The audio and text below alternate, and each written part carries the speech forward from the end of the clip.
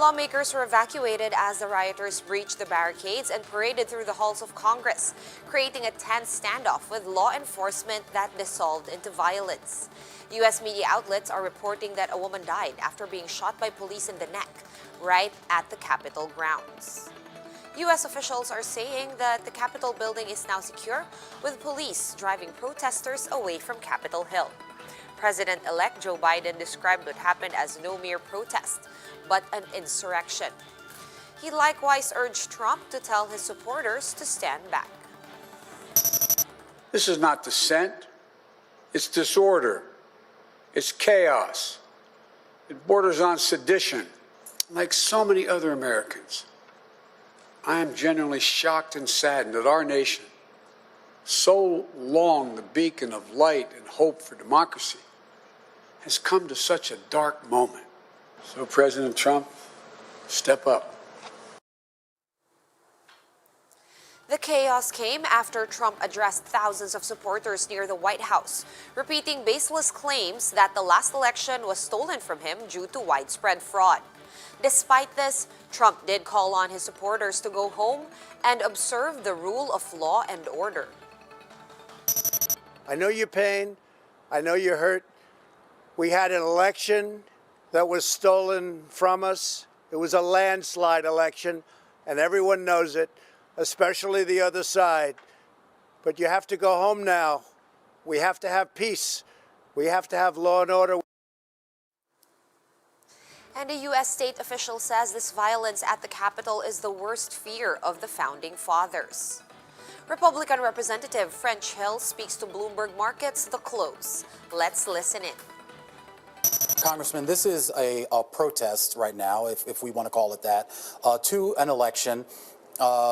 We have not seen a huge pushback here from too many members of Congress, Republican members of Congress, to what's going on here. If you can speak to some of these people and tell them what you think about what you're seeing right now.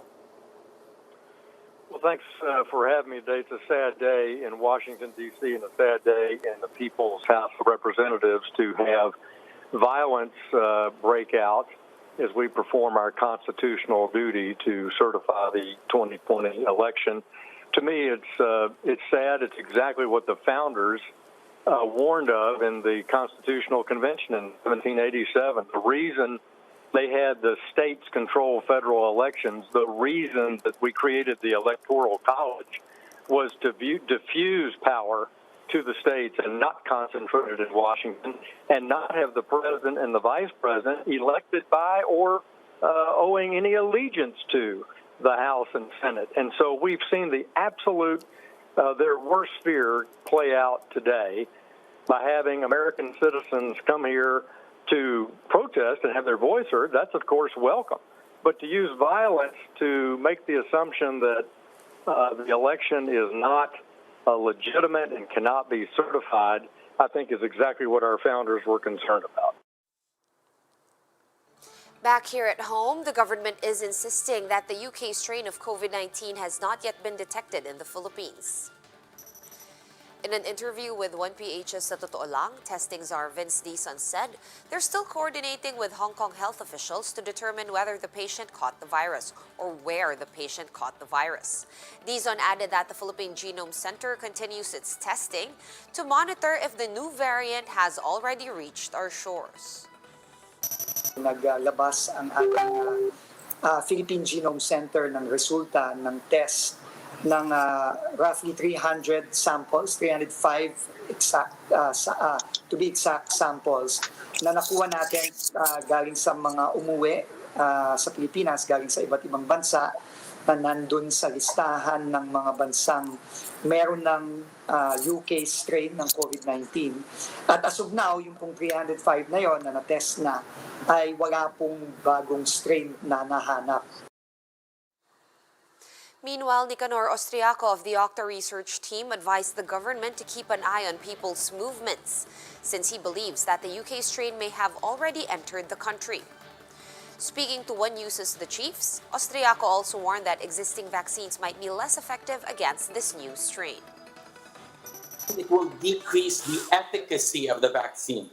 So You know that right now, Pfizer is 95% efficacious. Moderna, I think, is 94, according to the papers that were published in the last few days. What you might expect is with the new variant, it will drop to say 85. It will still be able to protect, but the efficacy will drop. Philippine health officials confirmed that the Hong Kong patient who tested positive for the UK strain is an OFW. The DOH says that the patient is a 30-year-old Filipina from Cagayan Valley who traveled to Metro Manila on December 18. She tested negative for COVID-19 after undergoing quarantine in NCR before leaving for Hong Kong on December 22. The department adds that the OFW is now in isolation but is in stable condition. For now, Philippine authorities are conducting contact tracing efforts to find out who else got infected. Immediately, nag-trace na ang ating DOH sa tulong ng ating one-stop shop at ng OWA. Lahat ng mga kasama o nakahalubigo nitong nagpositibong ito ay tinatrace na ngayon. Pero alam mo, kailangan talaga itong contact tracing natin, lalo pa nating paigtingin. The Food and Drug Administration is appealing to the public to report any use of any news of distribution of unauthorized vaccines. FDA Director General Eric Domingo explained that their agency has limited resources and manpower to monitor such unregistered vaccines while regulating other drugs being sold in the market. Domingo also admitted being shocked upon learning that some members of the military already received COVID vaccines. It was a shock, no? I know for a fact na walang registered at saka authorized na bakuna sa Pilipinas, no? And well, I was really surprised. No, I was looking at the Secretary of Health and trying to get trying to get some sense of what was happening. It was very, it was a very uncomfortable situation for me. Meanwhile, authorities are now on the lookout for a 33-year-old Balikbayan who fled from quarantine or a quarantine facility in Pasay. Igor Mukoro reportedly escaped to cut his mandatory 14-day quarantine short. Mukoro arrived from Los Angeles, California on January 2. Back then, he already told members of the Coast Guard that he did not want to undergo the required 2-week quarantine. And friends of Christine Dacera, including those who are on the suspect list, are urging the public to reserve judgment on the people involved in the case. CCTV footage of Christine and Valentine Rosales kissing hours before Dacera was found dead has been going around online.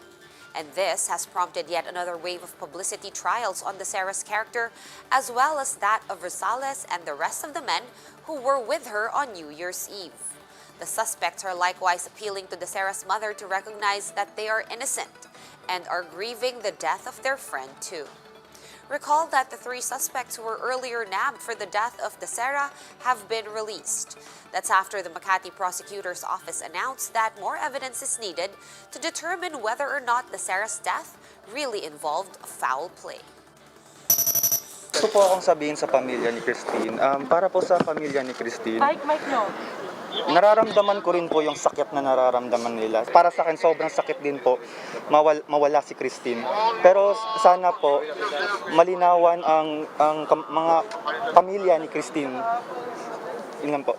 Christine, kung nasan ka man ngayon, sana i-clear mo yung mind tsaka heart ng mom mo na wala kaming kasalanan dito. Alam mo kung gaano ka namin kamahal. At ang tanging na namin is palagi mong bantayan yung family mo at kami mga kaibigan mo. Alam mo kung gaano ka namin kamahal ng sobrang. Hirap na kasi yung pamilya ko.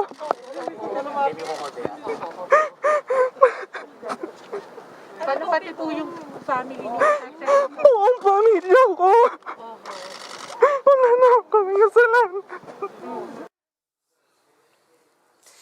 For more updates, visit News 5, The Philippine Star, and Business World online. Visit our website, onenews.ph, for more in-depth analysis. You can also catch One News on the Signal Play app. Register for a free account at www.signalplay.com and stream One News live anytime, anywhere. I'm Sean Yao. We are One News.